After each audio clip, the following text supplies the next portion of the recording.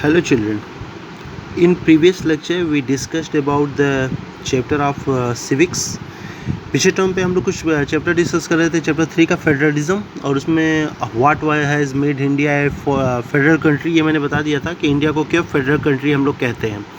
आगे मैंने उसका लेजिस्लेटिव पावर के बारे में डिस्कस किया। उसमें मैंने एक लिस्ट बात कर दी गई थी यूनियन लिस्ट की, और यूनियन लिस्ट के जो एग्जांपल है वो इम्पॉर्टेंट है, काफ़ी याद रखिएगा। कभी कभी पूछता है right 5 examples in union list, या सब्जेक्ट पूछ लेता है right 5 subject in union list, तो वो ध्यान में रखिएगा। साथ ही यूनियन लिस्ट को लेकर कौन कानून रेगुलेशन बना सकता है वो मैंने डिस्कस किया। रेजिड्यूरी लिस्ट मैंने आपको बता दिया। आइए नेक्स्ट लिस्ट की बात करते हैं, और वो बात करते हैं स्टेट लिस्ट की। स्टेट लिस्ट है subject to local and state important. पीछे भी डिस्कस कर चुका हूँ स्टेट लिस्ट क्या होता है।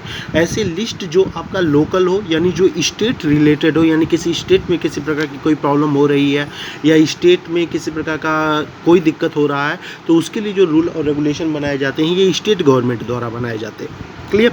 उसमें मैंने एग्जाम्पल याद रखिएगा इसका। पुलिस हो गया, पहले भी डिस्कस कर चुका हूँ। इरिगेशन हो गई, जो सिंचाई की व्यवस्था हो गई। भाई सिंचाई की व्यवस्था आपकी यूपी में है तो इंडियन गवर्नमेंट थोड़ी देखेगा, वो तो आप देखेंगे ना कि आपके यहाँ बारिश कैसे हो रही है, किस प्रकार क्या हो रहा है, उस प्रकार काम करना हुआ।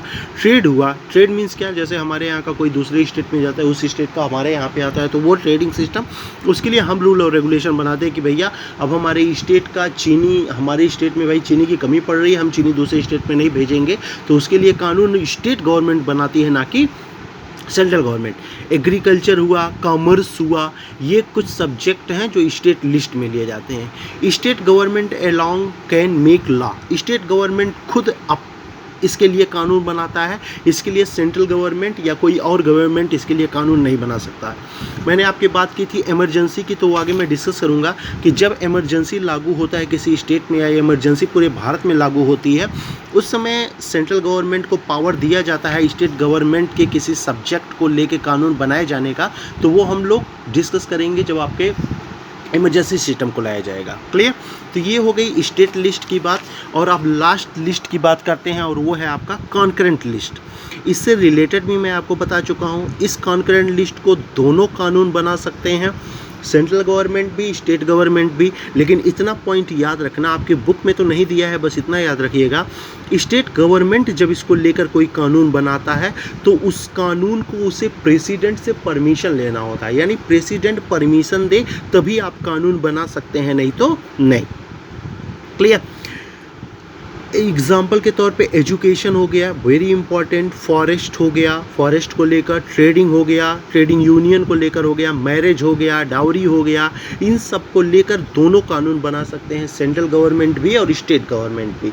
बस ये याद रखिए, स्टेट गवर्नमेंट बनाने से पहले राष्ट्रपति का परमिशन लेने का। But if there law conflict, अगर स्टेट गवर्नमेंट भी कानून बना लिया और सेंट्रल गवर्नमेंट भी कानून बना लिया, then the law made by union prevail, तो इस सेंट्रल द्वारा बनाए गए कानून को हम क्या करते हैं, प्रीवेल देते हैं, उनको प्रायोरिटी देते हैं। स्टेट गवर्नमेंट के बनाए कानून को हम प्रायोरिटी नहीं देते हैं।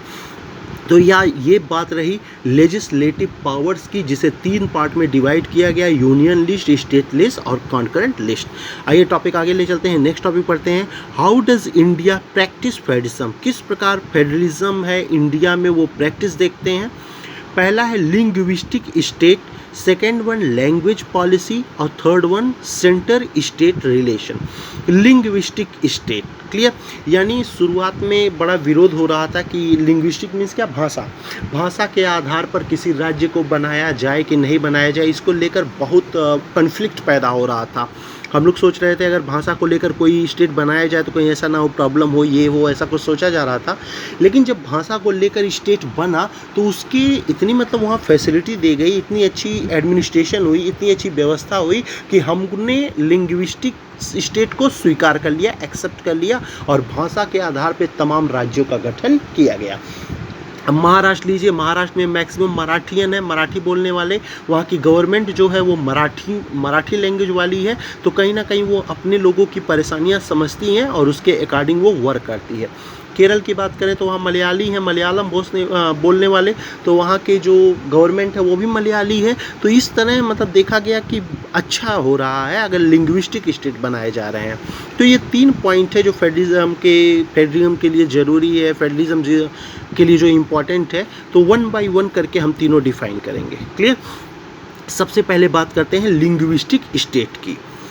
Many new states have been form, बहुत सारे स्टेट बनाए गए, बहुत सारी बाउंड्री उनकी बनाई गई।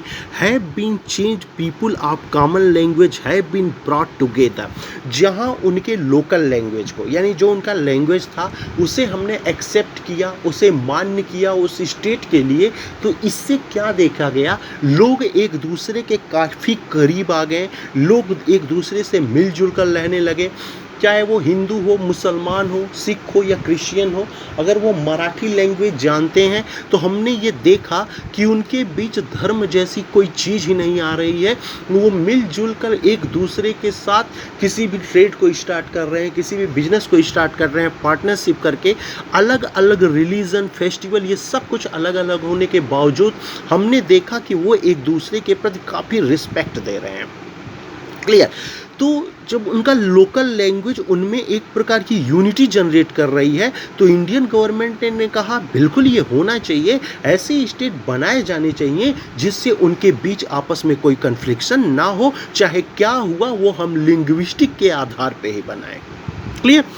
States were created on the basis of culture, ethnicity and geography, leading into a united of country and easy administration. इतना ही नहीं, हमने देखा कि वहाँ जो एडमिनिस्ट्रेशन है ना, वो भी काफ़ी अच्छा है। एडमिनिस्ट्रेशन बेहतर वर्क कर रही है, सेम कल्चर है, एथनिसिटी सबकी एक ही है, एक ही प्रकार के जियोग्राफी है। तो वहाँ जो गवर्नमेंट फॉर्म हो रही है वो भी उसी नॉलेज को जानती है, वो भी उसी लैंग्वेज को जानती है। तो हमने देखा गया कि वो गवर्नमेंट बहुत ही बेहतर काम कर रही है। क्लियर? तो गवर्नमेंट बेहतर काम कर रही होगी तो निश्चित तौर पर राज्य आगे बेहतर होगा। क्लियर? नेक्स्ट वीडियो में इसके आगे वाला पॉइंट मैं अपलोड कर रहा हूँ, छोटा छोटा वीडियो अपलोड करते हैं। ओके।